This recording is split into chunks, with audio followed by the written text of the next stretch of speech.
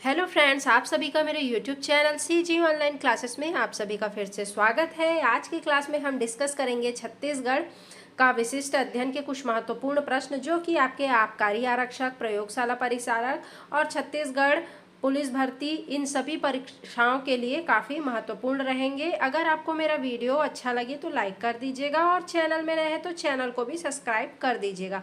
तो चलिए देखते हैं आज का पहला क्वेश्चन। आज का पहला क्वेश्चन है, निम्नलिखित में से किस तिथि को भारत के राष्ट्रपति द्वारा मध्य प्रदेश पुनर्गठन अधिनियम हस्ताक्षरित हुआ जिसके द्वारा यह राज्य अस्तित्व में आया था? तो किस तिथि को भारत के राष्ट्रपति द्वारा मध्य प्रदेश पुनर्गठन अधिनियम हस्ताक्षरित हुआ जिसके द्वारा यह राज्य कब अस्तित्व में आया था? तो ये आया था 28 अगस्त 2000 को। कब आया था अस्तित्व में? 28 अगस्त सन 2000 को। इसका सही आंसर हो जाएगा ऑप्शन नंबर 2।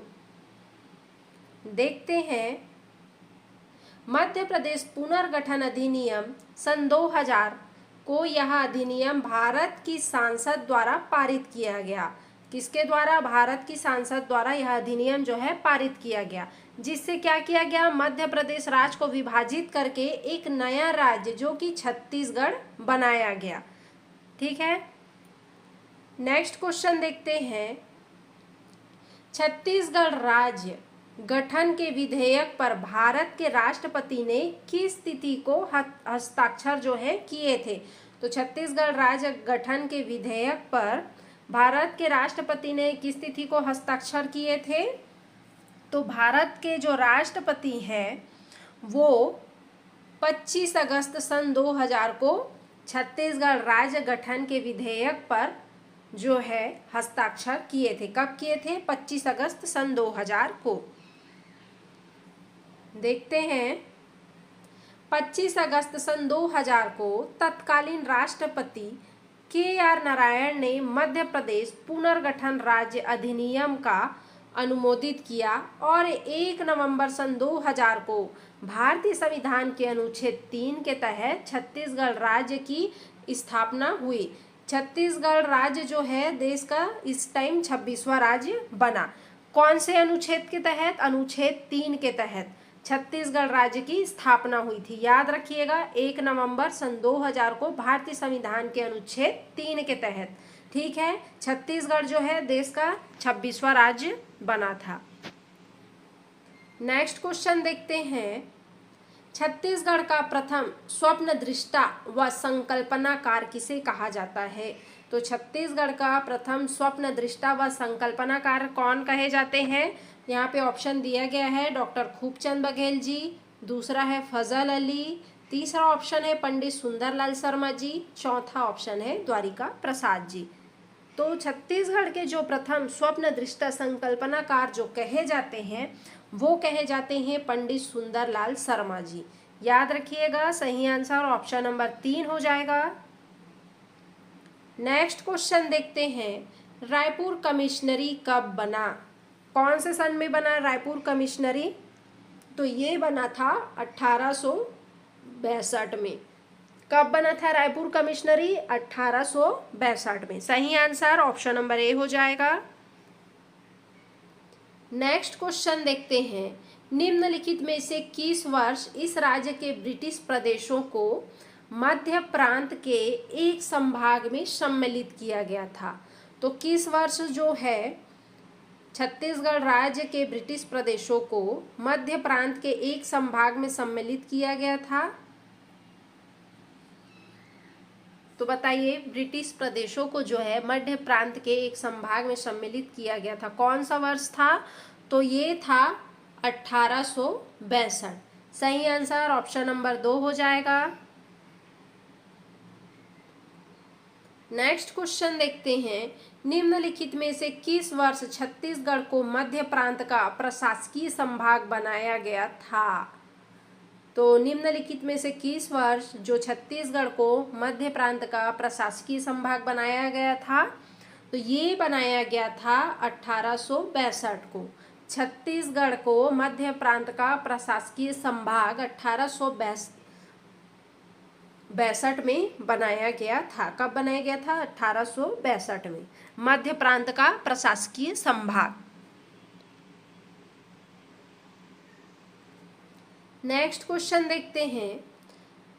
सन 1900 में इस राज्य में निम्नलिखित में से कौन सा जिला नहीं था?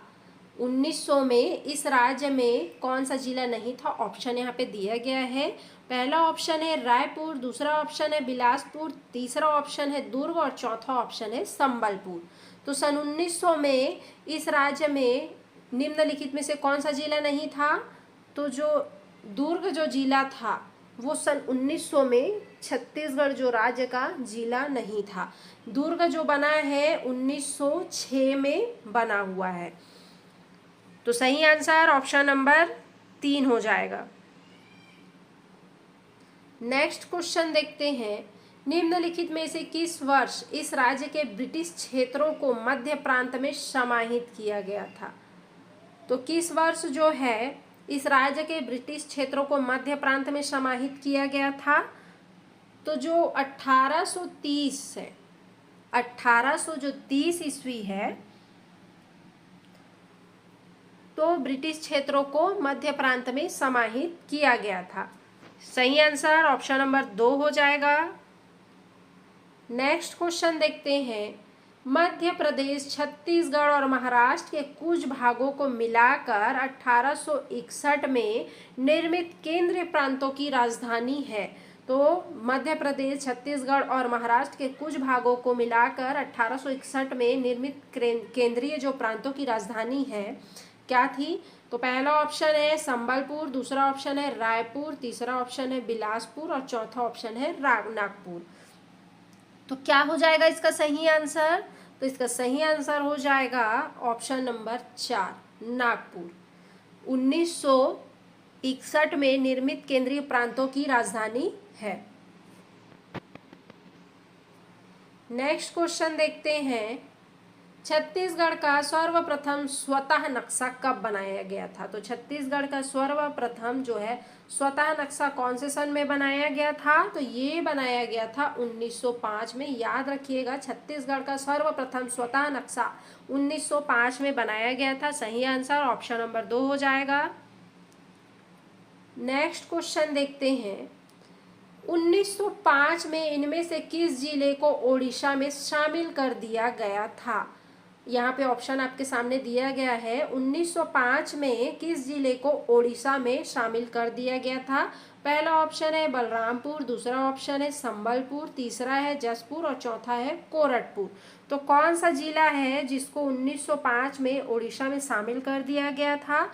तो ये जो संबलपुर जो है इसको ओडिशा जिले में शामिल कर दिया गया था। कब कर दिया गया था? 1905 में। सही आंसर ऑप्शन नंबर 2।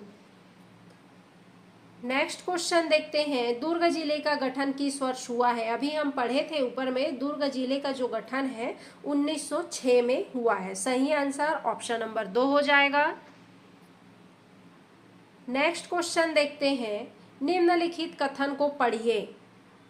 पहला है प्रारंभ में छत्तीसगढ़ संभाग में रायपुर, बिलासपुर और संबलपुर जिले थे। दूसरा ऑप्शन है 1905 में संबलपुर जिला बंगाल प्रांत को हस्ताक्षरित किया गया। उसी वर्ष एक नया जिला दुर्ग बनाया, दुर्ग रायपुर जिले से बनाया गया। तो पहला ऑप्शन बताइए, प्रारंभ में छत्तीसगढ़ संभाग में रायपुर, बिलासपुर और संबलपुर जिला थे क्या? तो बिल्कुल थे।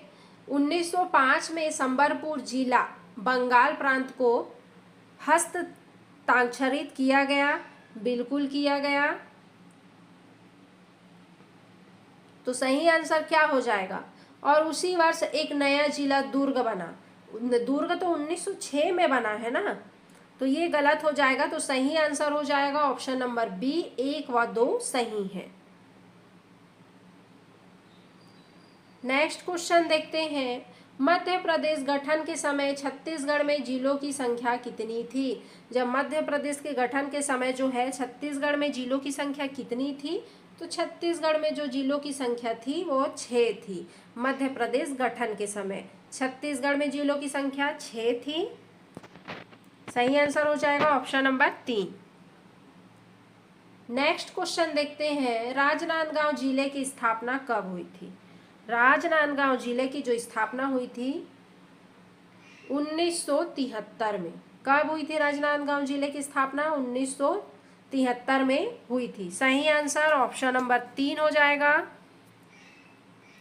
नेक्स्ट क्वेश्चन देखते हैं, खूब तमाशा जो है किसकी रचना है? खूब तमाशा किनकी रचना है? पहला ऑप्शन है बाबू रेवाराम जी की, दूसरा ऑप्शन है कवि गोपाल मिश्र जी की, तीसरा ऑप्शन है हेमलाल यादव जी की और चौथा ऑप्शन है लोचन प्रसाद पांडे जी की। तो याद रखिएगा जो खूब तमाशा जो है वो बाबू रेवाराम जी की रचना है। खूब तमाशा जो है बाबू रेवाराम जी की रचना है। सही आंसर ऑप्शन नंबर ए हो जाएगा। नेक्स्ट क्वेश्चन देखते हैं, लाफागढ़ एवं पोड़ी उपरोक्त में से कौन सी चट्टानी पाई जाती है? तो लाफागढ़ एवं पोड़ी उपरोड़ा में कौन सी चट्टानें पाई जाती हैं? लाफा जो गढ़ है पोड़ी उपरोड़ा में कौन सी चट्टान पाई जाती है? तो इनमें नाइस प्रकार की चट्टानें पाई जाती हैं। कहाँ? लाफागढ़ एवं पोड़ी और उपरोड़ा में जो है नाइस प्रकार की चट्टानें, नाइस जो है चट्टानें पाई जाती है। सही आंसर ऑप्शन नंबर 1 हो जाएगा। नेक्स्ट क्वेश्चन देखते हैं, वन आवरण के अंतर्गत राज्य का भारत में क्या क्रम है? तो वन आवरण के अंतर्गत जो है राज्य का भारत में तीसरा क्रम है। कितना क्रम है? तीसरा जो है क्रम है। सही आंसर ऑप्शन नंबर 3 हो जाएगा। देखते हैं, वन आवरण के अंतर्गत छत्तीसगढ़ का भारत में स्थान जो है तीसरा है। क्षेत्रफल के हिसाब से मध्य प्रदेश और अरुणाचल प्रदेश के बाद जो है छत्तीसगढ़ का स्थान आता है। सबसे पहले जो क्षेत्रफल के हिसाब से जो मध्य प्रदेश, उसके बाद अरुणाचल प्रदेश, उसके बाद तीसरे स्थान पर छत्तीसगढ़ का आता है। नेक्स्ट क्वेश्चन देखते हैं, वन क्षेत्र की दृष्टि से छत्तीसगढ़ का भारत में क्या क्रम है? अब वन क्षेत्र की दृष्टि से छत्तीसगढ़ का भारत में क्या क्रम है? तो छत्तीसगढ़ का जो भारत में क्रम है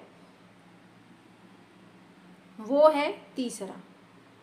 सही आंसर हो जाएगा ऑप्शन नंबर 3। नेक्स्ट क्वेश्चन देखते हैं, नेक्स्ट क्वेश्चन है, इस राज्य की निम्नलिखित में से किस स्टेट के जमींदार ने अंग्रेजी सेना की सहायता की जिसने 1857 में सोना खान के जमींदार नारायण सिंह को क्या किया? पराजित किया। तो कौन से स्टेट के जमींदार ने अंग्रेजी सेना की सहायता की थी जिसने 1857 में जो है सोना खान के जमींदार शहीद वीर नारायण सिंह जी को पराजित किया था? तो कौन से स्टेट के जमींदार थे? तो वो थे देवरी। कहाँ के? देवरी स्टेट के जो जमींदार थे जो अंग्रेजी सेना की सहायता की, जिससे 1857 में सोना खान के कौन थे जमींदार? शहीद वीर नारायण सिंह जी, इनको पराजित किया गया। सही आंसर ऑप्शन नंबर 4 हो जाएगा। नेक्स्ट क्वेश्चन देखते हैं, छत्तीसगढ़ में 1857 से लेकर 1858 के विद्रोह के संबंध में निम्न में से कौन सा कथन सत्य नहीं है? ये बताना है। तो पहला ऑप्शन है सोना खान का जमींदार इस विद्रोह का प्रथम शहीद थे। बिल्कुल थे। भिलाई, गढ़भाटा गांव और देवरी के जमींदार विद्रोह में शामिल थे। तीसरा ऑप्शन है हनुमान सिंह ने 3री रेजिमेंट रायपुर के मेजर सिडवेल की हत्या की थी। चौथा ऑप्शन है विद्रोह के अपराध में 17 सिपाहियों को फांसी पर लटकाया गया था। तो कौन सा कथन सत्य नहीं है तो आपको बताना है। तो यहाँ पे सोना खान के जमींदार इस विद्रोह के प्रथम शहीद थे। बिल्कुल थे। भिलाई, भाटा गांव और देवरी के जमींदार इस विद्रोह में शामिल थे? ये नहीं थे। हनुमान सिंह ने 3री रेजिमेंट रायपुर के मेजर सिडवेल की हत्या की थी? बिल्कुल की थी। विद्रोह के अपराध में 17 सिपाहियों को फांसी पर लटकाया गया? बिल्कुल गया। तो सही आंसर जो हो जाएगा ऑप्शन नंबर 2 हो जाएगा। भिलाई, भाटा गांव और देवरी के जमींदार विद्रोह में शामिल थे। ये कथन गलत हो जाएगा। नेक्स्ट क्वेश्चन देखते हैं। 1857 के विद्रोह के दौरान सोना खान के जमींदार नारायण सिंह के विरुद्ध निम्नलिखित जमींदार ने अंग्रेजों की सहायता की थी? अब कौन कौन से जमींदार ने जो है वीर नारायण सिंह जी के विरुद्ध जो है अंग्रेजों की सहायता की थी? तो पहला ऑप्शन है यहाँ पे भटगांव, दूसरा ऑप्शन है छुई खदान, तीसरा ऑप्शन है देवरी और चौथा ऑप्शन है केंदा। तो सोना खान के जमींदार शहीद वीर नारायण सिंह जी के विरोध जमींदार ने अंग्रेजों की सहायता की थी। तो कहाँ कहाँ के जमींदारियों ने की थी सहायता अंग्रेजों की? तो इसका सही आंसर हो जाएगा ऑप्शन नंबर सी, 1 और 3, देवरी, भटगांव और देवरी। ठीक है, सही आंसर हो जाएगा option number C. Next question देखते हैं। छत्तीसगढ़ इतिहास की निम्नलिखित घटनाओं पर विचार कीजिए। देखते हैं। पहला है हलबा विद्रोह, दूसरा है परलकोट के जमींदार गैंसी को फांसी, तीसरा ऑप्शन है सिपाही विद्रोह की शुरुआत, चौथा ऑप्शन है छत्तीसगढ़ में मराठों का आक्रमण, पांचवा ऑप्शन है मौर्य विद्रोह, छठवां ऑप्शन है रतनपुर की स्थापना और सातवां ऑप्शन है शहीद वीर नारायण सिंह जी को फांसी। तो बताइए, निम्नलिखित घटनाओं पर विचार करना है। तो सबसे पहले कौन सी घटना हुई थी? तो सबसे पहले जो हुई थी वो हुई थी रतनपुर की स्थापना। फिर उसके बाद क्या हुई थी? छत्तीसगढ़ में मराठों का आक्रमण। फिर उसके बाद हुआ था हलबा विद्रोह, फिर हुआ था सिपाही विद्रोह की शुरुआत, फिर हुआ था शहीद वीर नारायण सिंह जी को फांसी दी गई थी, उसके बाद हुआ था रतनपुर की स्थापना। तो सही आंसर हो जाएगा ऑप्शन नंबर